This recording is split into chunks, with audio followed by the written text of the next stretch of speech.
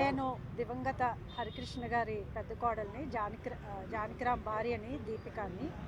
ఇక్కడికి విచ్చేసిన గౌరవనీయులైన పెద్దలందరికీ, ఆత్మీయులైన సోదర సోదరీమణులకి నా నమస్కారాలు.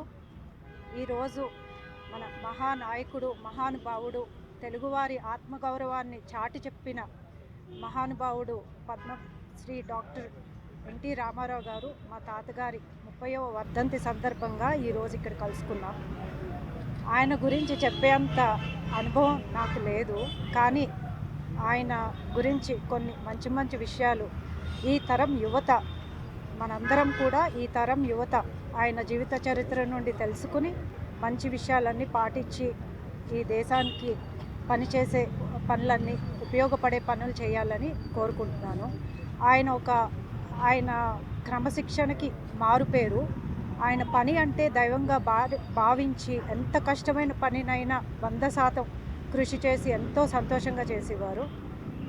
ఆయన ఎంతసేపు ప్రజలే దైవం, ప్రజలకి ఉపయోగపడే పనులు చేయడానికి చాలా శ్రమించేవారు. అలాంటి పెద్దవారు, మహానుభావుడికి ఈరోజు నేను ఇక్కడికి వచ్చి పూలమాల వేయడం అన్నది నాకు అదృష్టంగా భావిస్తున్నాను.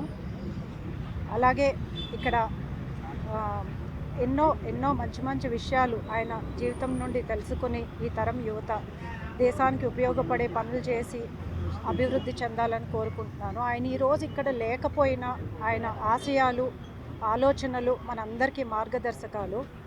మనం పూలమాల వేసి నివాళులు అర్పించటం కంటే మానవ సేవ చేసి సొసైటీకి ఉపయోగపడే పనులు చేసి నిజమైన నివాళి అర్పించాలని అనుకుంటున్నాను.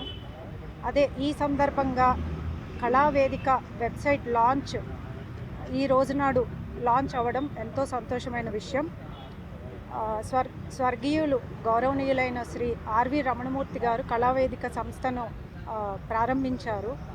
ఆయన ఆశయాలను, ఆలోచనలను అభివృద్ధి చేస్తూ ఆయన కుమార్తె శ్రీ భువన గారు కళావేదికకు మరికొత్త రూపం, డిజిటల్ రూపాన్ని అంటే కళావేదిక వెబ్సైట్ని లాంచ్ చేశారు ఈరోజు.